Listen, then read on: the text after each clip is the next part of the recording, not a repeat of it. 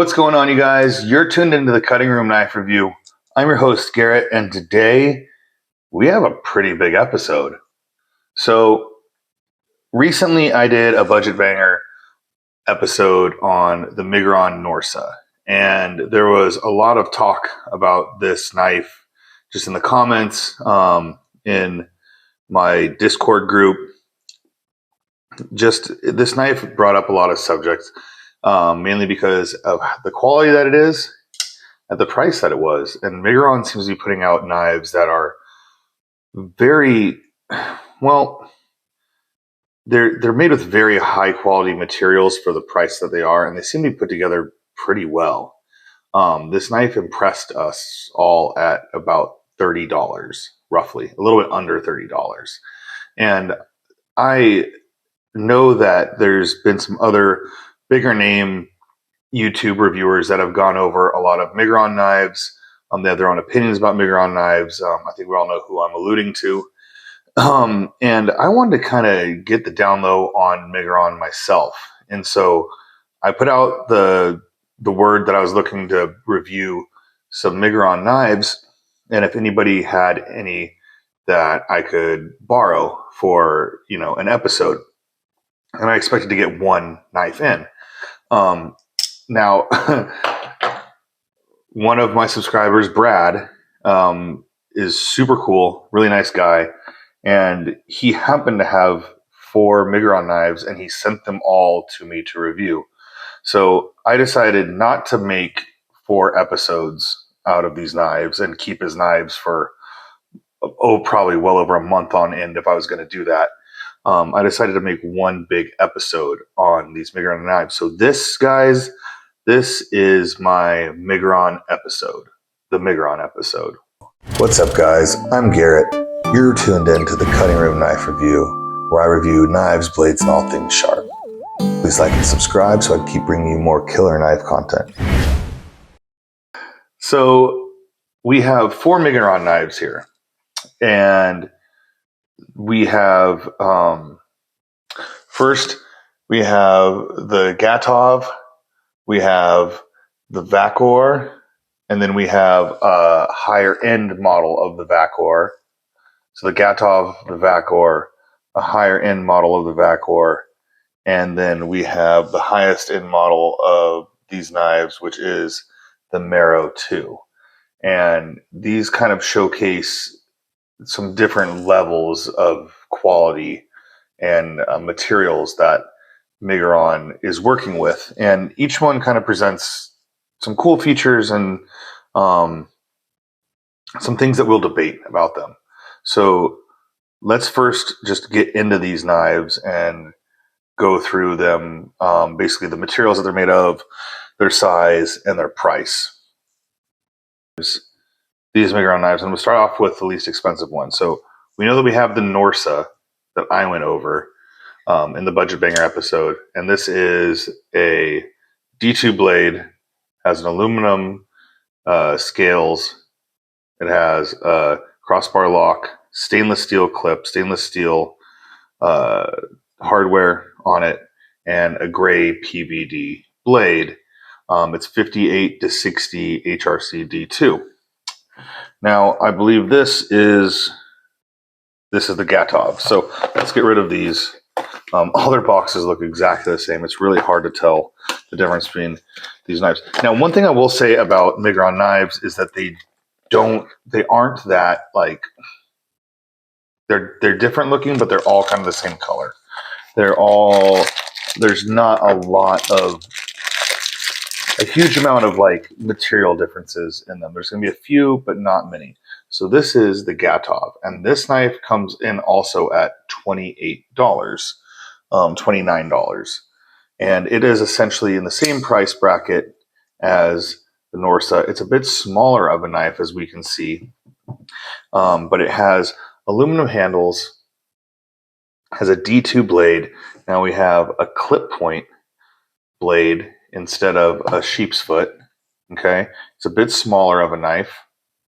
We do have some milling in the handles of the aluminum scales. We have the same pocket clip and the same crossbar lock. Instead of a thumb stud, we have a finger hole on this knife, but it has about the same action on it. It's real nice. It's pretty sharp. You know, it's not incredibly sharp, but it's not terrible either. It's really light. So this knife is has an overall length of 6.63 inches. It is very compact. Even though it's compact, it does kind of fit in my hand pretty well. I'd say I don't like really the ergonomics on this knife because I can't really choke up on it. This isn't really a finger choil. This is a sharpening choil right here. And where like there's not a big point for my hand's big for my finger to wrap around right here as far as like a pistol grip goes. I feel like my front finger should almost be right here, and then I have a 3-finger grip. So I do grip up on it, and I just find that it's not the most ergonomic handle. But for $29, I'm not going to complain about too much. So we have 6.63 inches overall length. Okay, we have 2.81 inch blade length, and then the blade thickness is 0.12 inches.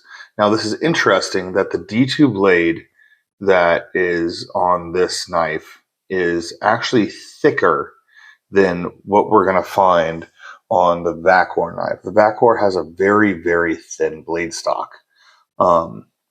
And I would have thought that the cheaper knife would have had the thinner blade stock, but it's not the case. So we have a small nested liner in here just for the crossbar lock.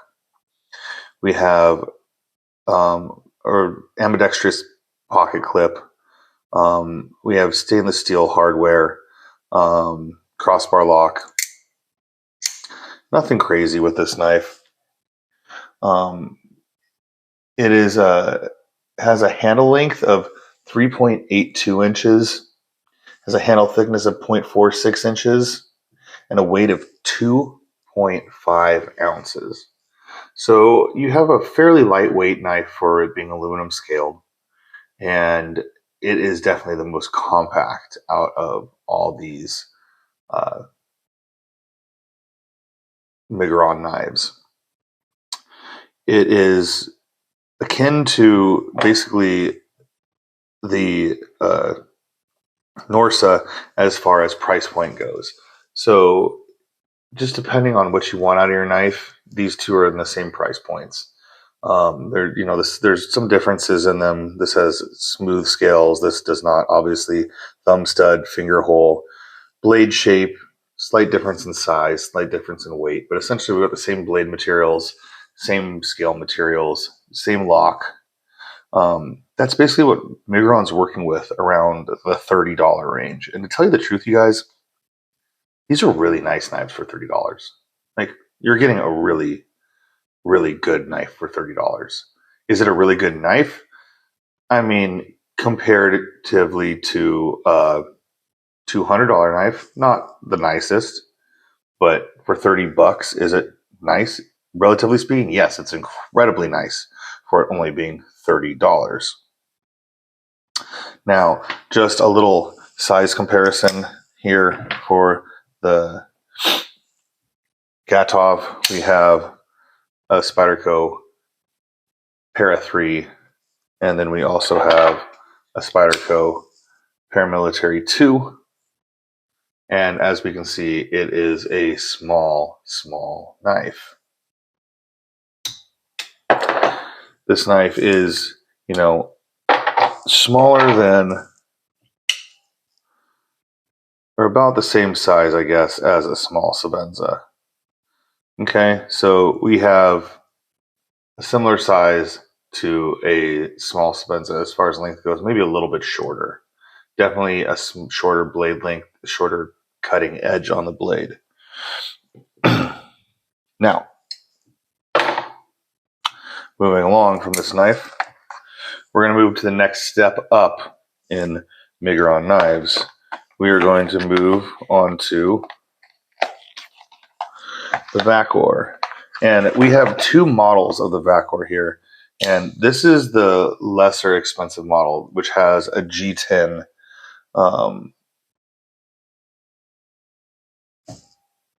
handle material. So this is the G10 version of the Vacor. Now, it is a little bit bigger, and it has a finger choil on the blade. So you're actually going to be able to choke up on this knife, and it is a much more full feeling in the hand. We have a crossbar lock once again, and in this case, the crossbar lock's a lot snappier. I don't know what the big difference is, whether it's a different spring. It's got to be a different spring between this knife and the previous two knives, but you have a much snappier response to the crossbar lock, and I actually enjoy that a lot. This knife is pretty fun to fidget with. It's incredibly light. I believe that this knife is the lightest knife that I have brought onto this channel out of any knife, period, hands down. This is it. This is like the lightest knife that I have. I think the ergonomics and aesthetics on this knife are definitely a step up from the two knives before it. So this knife has an overall length of 7.28 inches. It has a blade length of 3.15 inches, has a handle length of 4.13 inches, and a handle thickness of 0.39 inches. It is narrow. This is a very slim knife. Now the blade thickness is where it gets really crazy. The blade thickness is 0.087 inches. So that's 8/1000ths of an inch. It is 8/1000ths of an inch. I said that wrong before. I'm sorry. It is incredibly narrow. Normally, with narrow knives, you see 0.11 inches thickness, and you are getting 0.08. And this is one of the thinnest blade stocks I've seen on. This is the thinnest blade stock I've seen on any knife. That's any knife that I reviewed that's came through here. It is incredibly thin, and I don't know what to make of that. I've not hard tested any of these knives. These are not my knives to, really test like that. Brad told me that I could. He told me to go ahead and carry them and use them as much as I'd like. And as much as I appreciate that, I just cannot bring myself to beat the shit out of somebody else's knives. I just won't do it. I have cut stuff with these knives, and they are sharp enough. They've cut paper well. They've cut cardboard. They do the trick. This knife feels, to tell you the truth, very light duty-ish. Not that it's going to break on me, but I wouldn't take this knife to the construction site if I wasn't willing to break the tip on it or have it break on me. Now, if I was going to carry this around just in my pocket, that's something that's super duper light, being that it's 2.04 ounces. It's just barely over 2 ounces of a knife. You could definitely throw this in basketball shorts. You could throw this in or pajamas. If you need something that just slices open mail, you need something that slices some cardboard, this is going to do the trick. It's got 14C28N blade steel, so we definitely have a step up in blade steel from D2 as far as like the edge quality goes, as far as corrosion resistance goes. Just in most people consider 14C28N a step up from D2 blade steel. We have a gray PVD coating on the blade. We have stainless steel clip. The clip in this case is not reversible. This is not a reversible pocket clip, unfortunately. It is right-handed only. Sorry, lefties. I like the aesthetics on this knife better. I think this is a better looking design. It is more comfortable in my hand. I can choke up on it or hold it back. Even when I hold it back, I have all four fingers on the knife. I'm missing some jimping on these knives. One thing Migueron doesn't seem to do is jimping. The only jimping I've seen so far on a knife is on these other two. There's been a little bit on the blade. There's a tiny little bit right here on the Gatov and a just tiny little bit right here. Let's focus. tiny little bit right here on the Norsa, but just tiny little bits.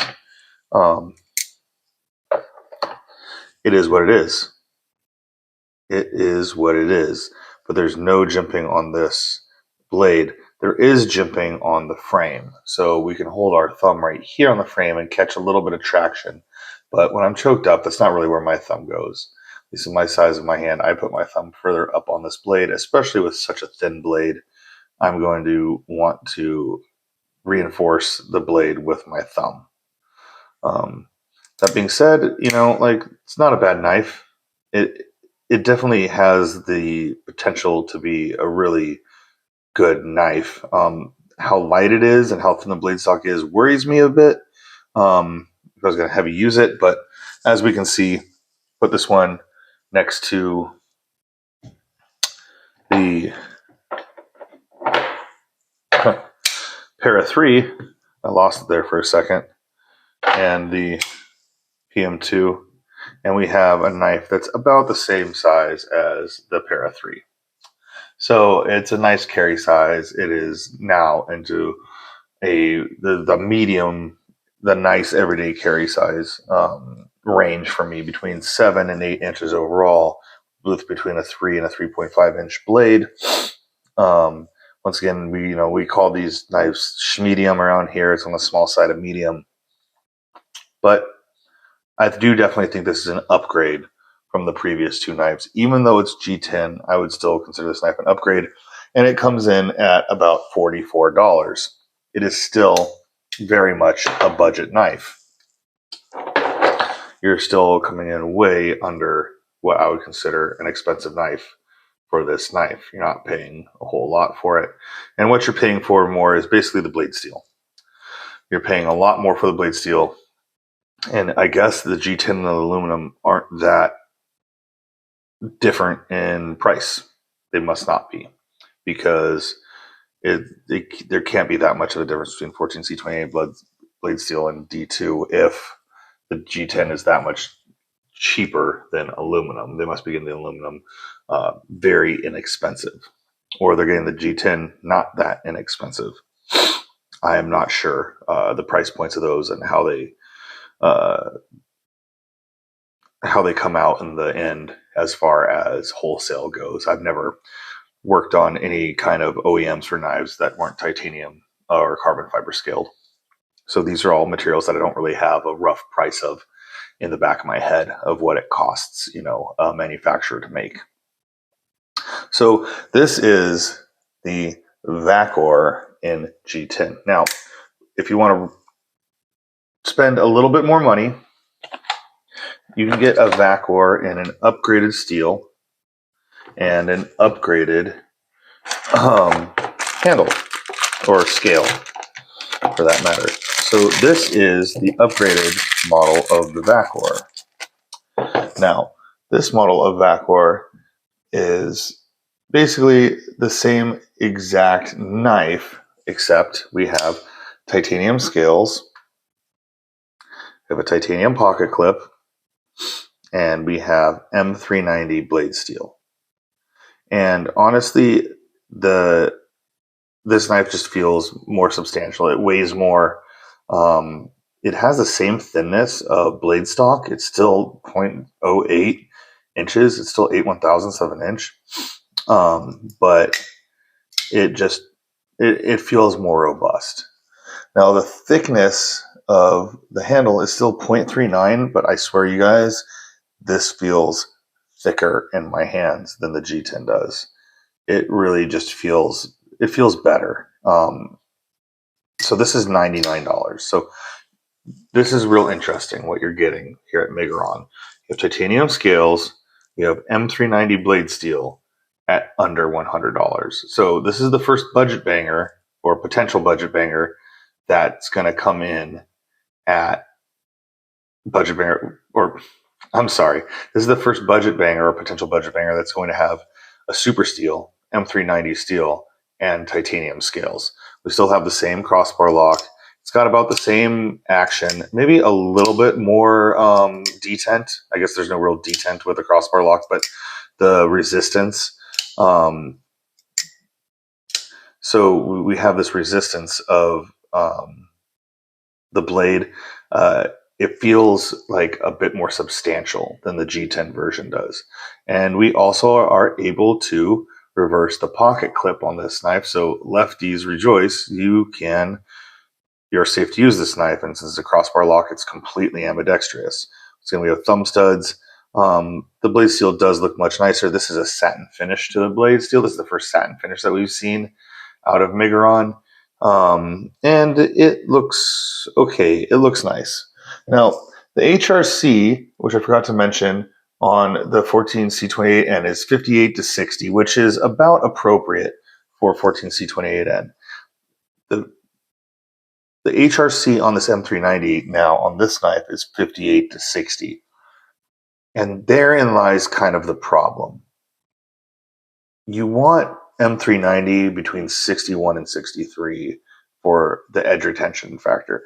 Now, it will be a tougher blade steel at a lower HRC. Like, as you go up in hardness of a knife, you're losing toughness. It's going to chip more easy, but you're gaining edge retention. You're gaining just a sharper, better knife.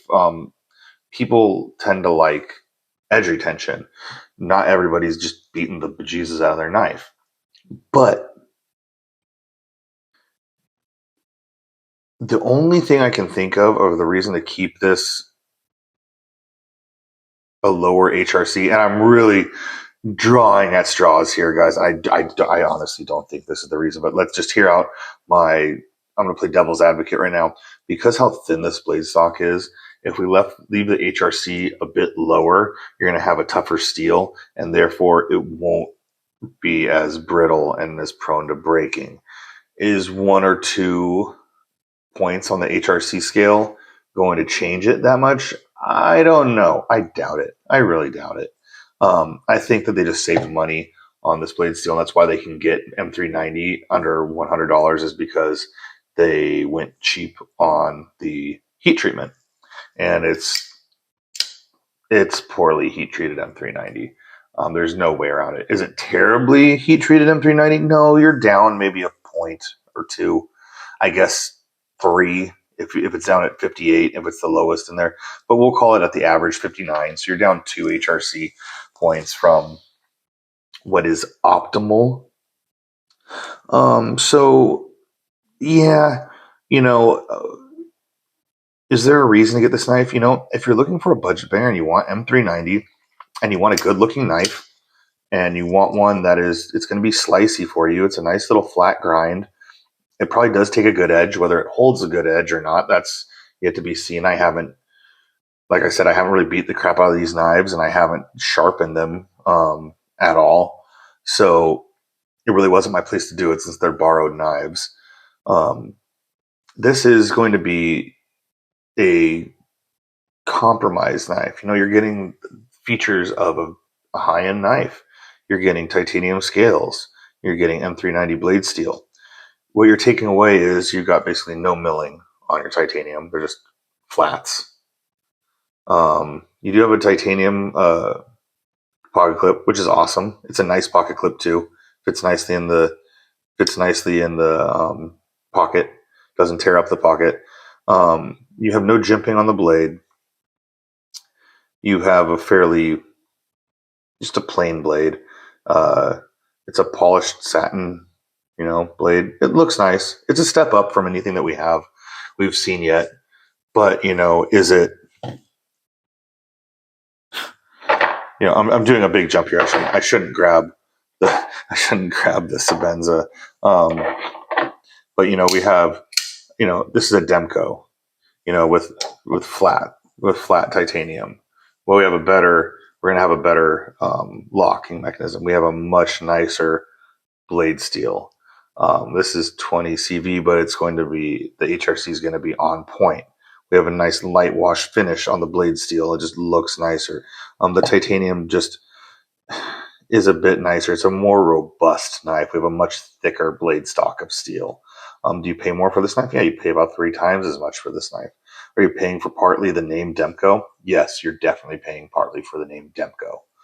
Does it have a better grind on the blade? Yeah, it's got a lot better of a grind on the blade. Does it have better action? Yeah, it's got better action. Does it have a stronger locking mechanism? Yeah, it's got a stronger locking mechanism. Is it a better knife? Yeah. Is it 3 times the price a better knife? Mm, that's up for you to decide. If you're made of money, certainly, yeah, go with this knife. If you're on a budget, would you save and get this knife, or would you just go ahead and get one of these, and spend your money elsewhere? That's kind of where the question then lies. And that's kind of where this knife might be appealing, because essentially this is 20 CV blade steel, which is Crucible's version of Bowler M390. They're essentially the same steel. You've got flat titanium. You've got flat titanium. You're getting definitely a better lock in this knife. You're definitely getting a thicker blade and a more robust knife in this knife. But you're paying $300. This retails for $330. You can find them cheaper on the used market, but this being $99 retail, it's definitely going to be what's the word I'm looking for? It's going to be appealing to a lot of people who probably don't have that much money to spend on a knife. If you want a nice looking knife, if you want a knife that has titanium and has good action on it and a good feel, it's good, comfortable, ergonomic knife, this is a good choice. This is definitely I think it's breaking barriers. Miguron's definitely taken a budget knife to a whole new level by taking these premium parts to the knife and making them budget. This is the most premium parts. It's using the most premium materials of any budget knife we've seen. This is the most premium budget knife we've seen. Man, I don't know. I don't know if I'd go so far to say that, because I don't know if it's made that well. And I don't know if the materials are technically the highest end materials. Just because it's titanium, just because it's M390, doesn't mean that it's done the best. So let's move on from this knife. We already compared it to other knives, and let's get into the last of the Migueron knives that I have to talk about today. And so the last of the Miguron knives that I have to talk about today is the Mero 2. And I believe that our friend Metal Complex just reviewed this knife. And I believe he didn't give it all that great of a review, to tell you the truth.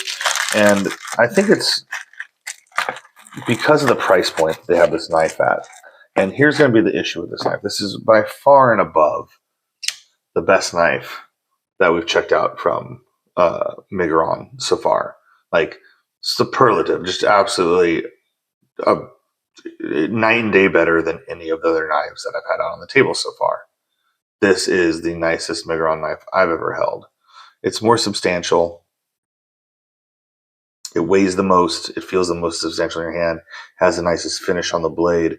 It has the nicest milling on the titanium scales. It has by far, I don't know whether they're using different bearings in this or not, but it has the best feel to the action on it. It has a titanium back spacer. It has a nicer clip on it. It has what I assume is DLC hardware, being that this blade is DLC. It has a DLC satin blade. It is a compound ground and hollow ground blade. This knife has a lot going for it. It really does. So let's go over the specifications of this knife. This knife is the Mero 2. Its overall length is 7.46 inches. Its blade length is 3.17 inches. The blade thickness is 0.126 inches. So we're back to a thicker blade stock, back to a more normal blade stock with this knife. It is M390 blade. It has a DLC coating on it. It is hollow ground and compound ground. There's a different flat grind right here on the edge, and then down the straightaway right here of the blade, we have a hollow grind. So it is a rubbed satin finish. And the HRC on this knife, they've taken it up a point. It's 59 to 61. So that averages out at 60. We're only 1 point below what I'd consider optimal, being 61 to 63 HRC. And 60 is acceptable, in my opinion, for a more budget, M390. So the handle length of this knife is 0.429, and the handle thickness is 0.49. So this knife feels more like a traditional knife in my hands. It doesn't feel all super thin. Half an inch right here is about right. It has much more substance at 3.95 ounces. It's almost a 4-ounce knife. It feels solid. This knife feels like one I could take to work and I could actually beat on, and it's not going to just kind of break in my hands. I like the titanium backspacer. I like that it has this kind of diamond milling on the scales. I don't know if we can focus in on it close enough. I like that the hardware is black. Whether that's PVD or not is yet to be determined. I like that we have kind of this curve to the clip, just goes along with the grind, or like the aesthetics of the handles. We have chamfering on the scales, so it's more three-dimensional. We have a full liner throughout the entire scale. Looks like it's lined, whereas the Migron is not. The Migron only has liner around where the locking mechanism is. So this entire knife is just more robust. But this knife comes in at $219, which in reality, for what this knife is not that bad. It's not that expensive. You get a lot for what you're getting here. You're getting a lot for your money in a lot of ways compared to a lot of knives. But I get where Metal Complex is coming from when he gives us kind of shit on this knife, and I kind of get where he's coming from. It's hard for different knife companies to have a knife that sits in so many different boxes. You usually see knife companies doing one thing really good. Okay. It's very rare that we see a knife like, let's take Chavez, for example, where we have like real high end Chinese OEM right here. It's a Riot OEM. This knife's for every bit of $400, and they come out and they make an $85 budget model. And they actually knocked it out of the park with this. That's very rare to see. Most of the time, you see a knife company doing one thing and one thing really good. Like if you take Spyderco, for instance, they do really good steels with G10 scales or less expensive scales, and their best knives are in the $150 to $250 range. As soon as you start getting into, $500, $600 Spydercos, it starts getting questionable as to like whether, yes, everybody loves the Passaic, everybody loves the Nirvana, but I mean, these are very far and above. When you start getting too expensive with Spyderco, the general public starts losing their interest, and they'd rather have something like a Chris Reeve if you're going to spend, the $500, $600 range. That's just where this knife belongs. If Chris Reeve made a budget knife, I'm sure everybody would buy it, but would it be good? Could Chris Reeve take their knives and have it translate into a budget knife? I don't think that they want to, but I don't know if they really could. Take for instance, let's say we have Kaiser. I think Kaiser really shines in the sub $100 category. Micarta scales, 154 cm steel, really cool blade designs. Once again, a crossbar lock. When Kaiser starts getting in the $200, $300 territory, there's a lot of knives I'd probably rather have than the Kaisers that are that expensive. There just are. It's not what I'm looking for. Would I want a Kaiser that's $300, or would I want a Demco that's $300? I'm probably going to choose the Demco over the Kaiser. I just am. So when we have this Miguron, bringing everything back around to this knife. It's got good qualities to it. It's got good intentions, but is it giving you everything at $250 that you want? Do you want a Migron for that price? Because at the same, within $10 of the price, for $225, you can get the White Mountain Knives, Patty's Knives collaboration, the sail fin, and it's an LMAX blade. We have a much nicer titanium scales by Kubi. We have a frame lock. We have arguably a lot better action on it. It feels much more sturdy than this knife ever will with a crossbar lock. The DLC is nice on this. The grind on this is decent, but this is a really nice uh, hollow grind. It's got stone washed grind and then satin flats, which has got a two-tone on the blade. We have a titanium backspacer here as well. The really cool cutout for the lanyard loop. Which knife are you going to buy? Well, I'm going to buy the White Mountain Knife sail fin. It's just a better choice. I already know it's a better choice. And unfortunately, what gets in our head, maybe it is just in my head, that Miguron's a budget knife brand. Where Miguron shines is this knife. I cannot believe how good this knife is right here for $30. That's amazing. Miguron is the best in the world at making a $30 knife. They make the best $30 knife, hands down, easy peasy, no problem. Now, when you start getting into expensive knives, do I want to carry a $200 Miguron? I can think of a lot of knives I'd rather carry than this. I mean, shit, to tell you the truth, I'd rather carry Paramilitary 2 Salt. I just would. I just trust this knife. I trust this knife implicitly. I don't even care that it's not titanium. You know, I have this amazing MagnaCut blade. I don't give a crap that it's not hollow ground. I know what this blade can do. I don't really know what this blade can do. I know that this MagnaCut's heat treated correctly. And I'm pretty certain that this one's under heat treated once again. It's getting closer. It's definitely a better heat treatment than this one, but only by a point. You guys see what I'm getting at? Like, what are we paying for that's $119 between these two knives? We got a backspacer. It looks better. We got nicer milling on this. We have a more shapely pocket clip. We have a better grind, and we have a DLC coating. Okay. Both have crossbar locks. Is this twice the knife this is? I'm not so sure. I mean, would I rather have this knife? Yeah. But is Migron getting too big for its britches? Is kind of what I'm getting at. Am I really trying to like spend $200 to $300 a knife on a Migron? I'm not. I'm not. I'm not trying to spend that kind of money on it.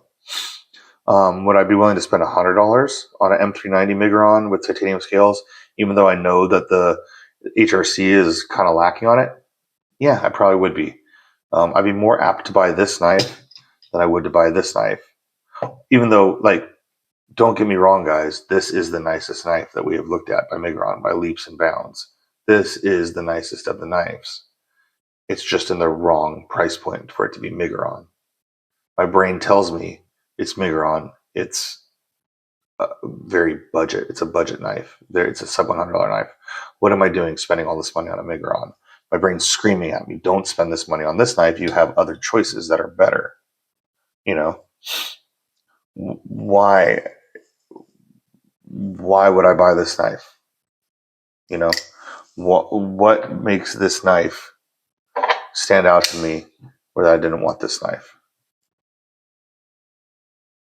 This is the better of the two knives. Leaps and bounds better. Same price. A little bit fancier. I mean, maybe in some aspects if you're into DLC. That's about it. Both have milled titanium. I think the milling on this one's nicer. It's nicer. It's grippier. I like the grip on it. I like the aesthetics of this knife better than this knife. I like the ergonomics of it better than this knife. It's definitely, I'll take correctly heat treated LMAX all day over poorly heat treated M390 or suboptimally heated M390. I won't say poorly heat treated, but suboptimally heated M390. And that's where I'm going with this, is that Migron has a lane. And I think that for now, Migron kind of needs to stay in its lane. I think by this time, at this knife's cost and this knife's price point, we need to be not using a crossbar lock. I don't like using a crossbar lock for this expensive of a knife. It's one of the things that like kills me with like the Pyrotech Tsunami Kraken. Like I just don't like crossbar locks. I think it's a cop out. You know, you're gonna make a $200 plus knife. Give me a frame lock. Shoot, give me a liner lock. Give me a bolster lock. Give me a liner lock. You know, this has a full liner in it. Like the crossbar is not my thing. Maybe it's just not my thing. Maybe it's yours. So, like I said, good knife, very good knife. Not what I would spend my money on at this price point, though, and that's the problem. It's not the money. I would not spend the money on this knife at this price point. Would I spend the money on the rest of these knives? These Migurons? Yeah, I definitely would. I would definitely spend my money on all three Migurons that I have taken a look at, or 5 Migurons if you want to include the one that I previously had. This knife, this knife, this knife, and this knife, I would spend my money on. Let me see. Sorry, that was out of the picture. I think that under $100, Migron shines. I think it really does. As soon as I haven't checked out anything in the $150 range from Miguron, but getting up into this like premium Miguron knife, I just want something else. I don't really want what it's offering me. Now, if Miguron changed and made a frame lock, that's probably like the big thing that's killing me, is that it's a crossbar lock. And then unfortunately Migron is like branded itself what it is. It's gonna have to grow out of that brand of being the inexpensive pocket knife. Just like we've watched some cars do that recently. We've watched like Hyundai take itself from being the equivalent of, when I was growing up, a Hyundai and a Kia were in the same class of cars, and even Kia is coming out of that now. But like, Hyundais are nice cars now. Like, and that's weird for me to say, because growing up in the 80s and 90s, Hyundais were not nice cars. They were very much budget cars. They weren't terrible cars, but they weren't on the level of Toyota and Honda. And now Hyundai is pretty much on the level of Toyota and Honda. That's strange to me.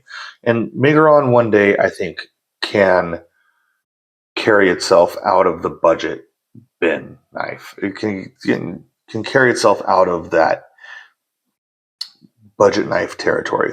But for now, where I'm comfortable saying that I approve of Miguron, where I like it, where it shines, is in these knives. And $100 and less, I think they do a really great job. And I have no problem recommending people to spend their money on Miguron, especially the low-end Miguron. Now, slave labor talk aside, how the heck they get these knives for $30 to your doorstep, $28 to your doorstep, I don't know. But if you're gonna, talk a $28 knife, $29 knife, yeah, these all day long. These two knives, just, take my money at $28, $29 for sure. $44, yeah, for sure. You can't go wrong with this knife. When you're getting towards this $99 knife, you need to make that jump on blade steel. I do kind of have an issue with this knife around this price point.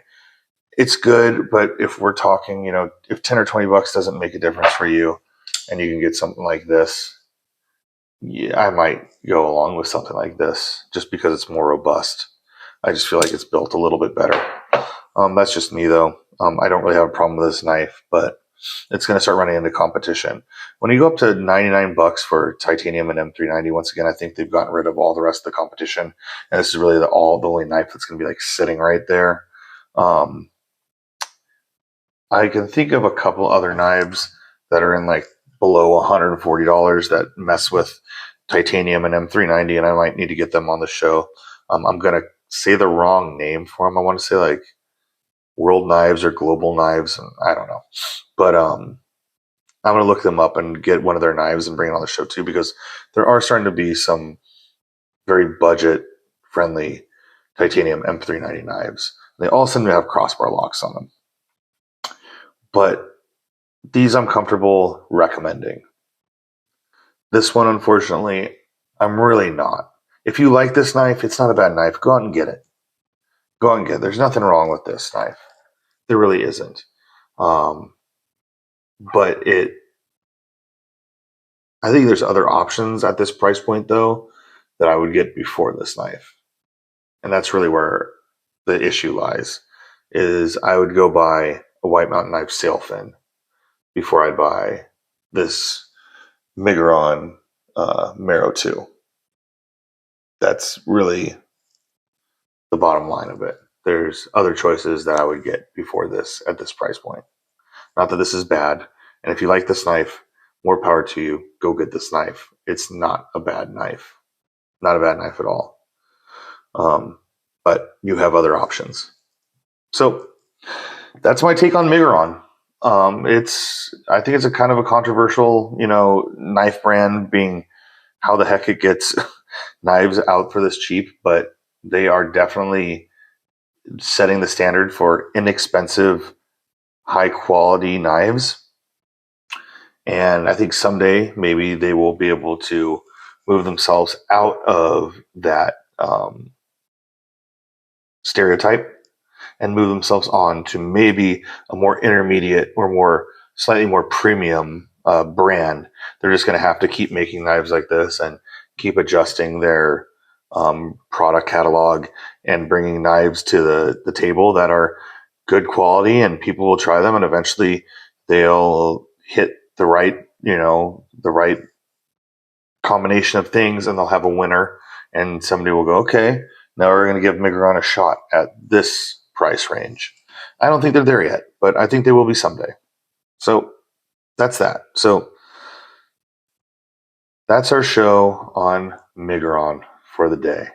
I hope you guys enjoyed it. I hope you guys learned something from this. Leave me a comment. Let me know what you think about Migron knives. Let me know your opinion on them. Let me know which one of these is your favorite. Of course, always like and subscribe. I love you guys. I can't wait to do more episodes for you. If you're still watching after all this time, we're going to be giving away a BRKT knife tray this week. So keep your eye out for that on Instagram. So that is that. And until next time, you guys, I'm Garrett from the Cutting Room Knife Review. Stay sharp.